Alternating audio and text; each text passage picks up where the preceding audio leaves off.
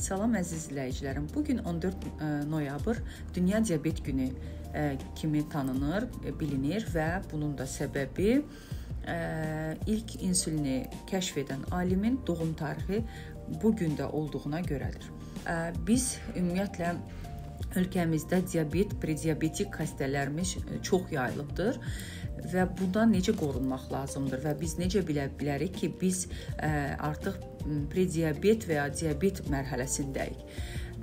Bizim diabetdən qorunmağımız üçün ilk öncə təbii ki, qida rasionlarımıza nəzarət etməliyik və yanaşı olaraq da yuxumuza, rejimimizə diqqət etməliyik, aktiv hərəkətlə olmalıyıq və əsasən də ki, şəkərli qidalardan,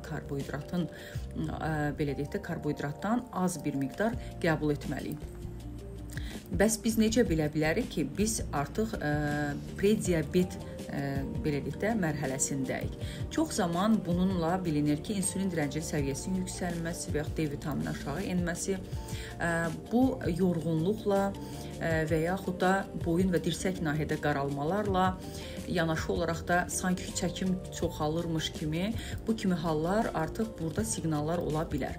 Bunun üçün mütləq şəkildə müayinələr olunmalısınız. Müayinədən çəkinməyin, qorxmayın. Çünki müayinə sizin xəstəliyinizin siqnallarından xəbər verir və siz onun qarşısını ala bilərsiniz. Ona görə də tövsiyə edirəm ki, 6 aydan bir müayinələri mütləq şəkildə edin.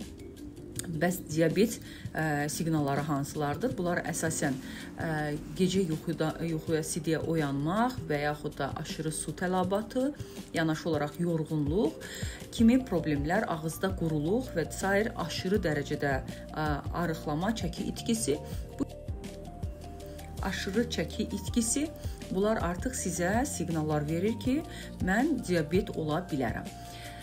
Ümumiyyətlə, belə deyək də, diabet mərhələsinə keçməmək üçün müayinələrdən danışdıq. Biz müayinələr olduğunuz zaman, əgər ki, siz prediabetik mərhələdəsinizsə, siz özünüzü qurtara bilərsiniz və bilirsiniz ki, şəkər xəstəliyi özü ürək, böyrək və əsasən də gözləri daha tez zədələyir və bunlar da bizim həyati önəm daşıyan bir orqanlarımızdır.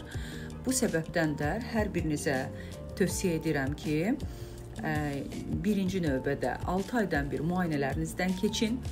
İnsulin direnc müayinəsindən, 3 aylıq şəkər müayinəsindən və D vitamin müayinəsindən keçin və profilaktik olaraq sabah saatlarında yüngül bir neçə dəqiqəlik asta yürüyüş və bir neçə dəqiqədən sonra isə biraz sanki harasa tələsirmişsiniz kimi sürətli bir yürüyüşlə davam edə bilərsiniz. Axşam saatlarında da yeməkdən 1 saat sonra da yenidən hərəkətlə olarsanızsa daha yaxşı olar.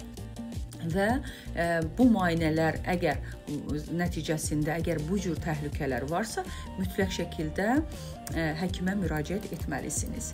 Və bu bilin ki, qanınızda bunun yüksək olması sizin şəkərə qapısının artıq açılmasına və şəkərli diabet xəstəsi olmasına dəlalət verir. Çalışın, hər zaman sağlam olun, Allaha əmanət olun.